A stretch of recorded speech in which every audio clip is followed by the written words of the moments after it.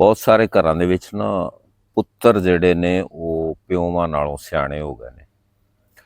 ਵਡੇਰੇ ਜਿਹੜੇ ਹੈਗੇ ਨਾ, ਵਡੇਰੇ ਹੁਣ ਇੱਕ ਪਾਸੇ ਘਰ ਦੇ ਵਿੱਚ ਮੰਜੀ ਦੇ ਉੱਤੇ ਬੈਠੇ ਦੇਖਦੇ ਰਹਿੰਦੇ ਆ ਵੀ ਇਹ ਕੀ ਹੋ ਰਿਹਾ, ਯਾਨੀ ਕਿ ਬੋਲ ਨਹੀਂ ਸਕਦੇ, ਕਿਸੇ ਕੰਮ 'ਚ ਮਸ਼ਵਰਾ ਨਹੀਂ ਦੇ ਸਕਦੇ, ਉੱਚੀ ਖੰਘ ਨਹੀਂ ਸਕਦੇ, ਪੁੱਤਰਾਂ ਦੀ ਮਰਜ਼ੀ ਤੋਂ ਇਲਾਵਾ ਕਦਮ ਨਹੀਂ ਚੁੱਕ ਸਕਦੇ।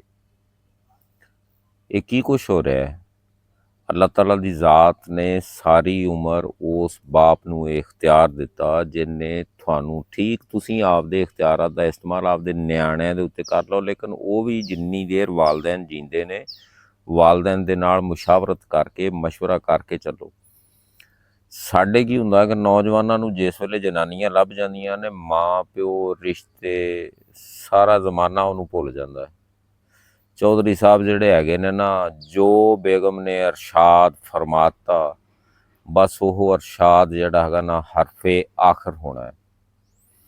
ਉਹਨੇ ਝੂਠ ਬੋਲਤਾ ਉਹ ਫਿਰ ਵੀ ਸੱਚੀ ਆ, ਉਹਨੇ ਸੱਚ ਤੇ ਬੋਲਣਾ ਹੀ ਕੀ ਆ। ਜਿਨ੍ਹਾਂ ਘਰਾਂ 'ਚ ਫਸਾਦ ਦੰਗਾ ਹੁੰਦਾ ਉੱਥੇ ਦੀਆਂ ਨੂੰਹਾਂ ਸੱਸ ਇਹ ਸੱਚ ਨਹੀਂ ਬੋਲਦੀਆਂ।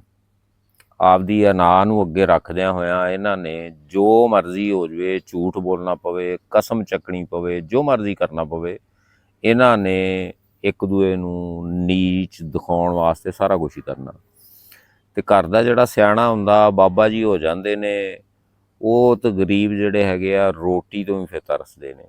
ਉਹ ਮਸ਼ਵਰਾ ਨਹੀਂ ਦੇ ਸਕਦੇ ਵੀ ਪੁੱਤਰ ਆਪਾਂ ਜਾਨਵਰਾਂ ਦਾ ਜਿਹੜਾ ਹੈਗਾ ਨਾ ਇਸ ਤਰ੍ਹਾਂ ਕਰ ਲਈਏ, ਛਾਂ ਦਾ ਇੱਦਾਂ ਦਾ ਬੰਦੋਬਸਤ ਕਰ ਲਈਏ, ਜਾਂ ਆਪਾਂ ਮਕਾਨ ਆ ਇਹਨੂੰ ਇੱਦਾਂ ਨਹੀਂ ਇੱਦਾਂ ਕਰ ਲਈਏ, ਜਾਂ ਆਪਾਂ ਜ਼ਮੀਨ ਆ ਫਸਲ ਆ ਨਹੀਂ ਆਹ ਬੀਜ ਲਈਏ।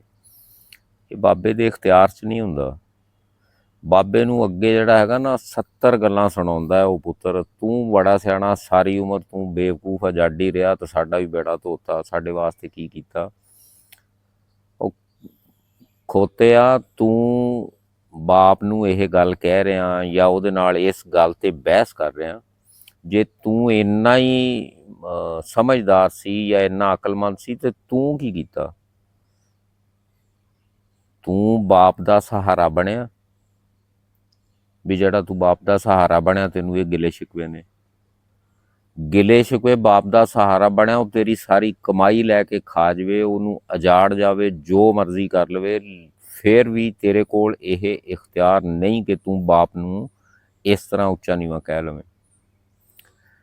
ਬਜ਼ੁਰਗ ਜਿਹੜੇ ਘਰ ਦੇ ਵਿੱਚ ਹੁੰਦੇ ਨੇ ਨਾ, ਉਹਨਾਂ ਦੀ ਕਦਰ ਕਰਿਆ ਕਰੋ, ਆਪਦੇ ਬਾਪ ਦੀ ਆਪਦੀ ਮਾਂ ਦੀ ਕਦਰ ਕਰਿਆ ਕਰੋ। ਉਹਨਾਂ ਦੇ ਨਾਲ ਕੋਈ ਵੀ ਕੰਮ ਕਰਨਾ ਉਹਨਾਂ ਦੇ ਨਾਲ ਮਸ਼ਵਰਾ ਕਰਕੇ ਕਰਿਆ ਕਰੋ।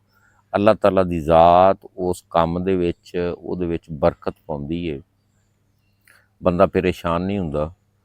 ਹੱਸਦੇ ਵਸਦੇ ਰਹੋ, ਆਬਾਦ ਰਹੋ, ਲੇਕਿਨ ਆਪਦੇ ਮਾਂ ਪਿਓ ਦਾ ਖਿਆਲ ਰੱਖੋ। ਅੱਲਾਹ ਹਾਫਿਜ਼।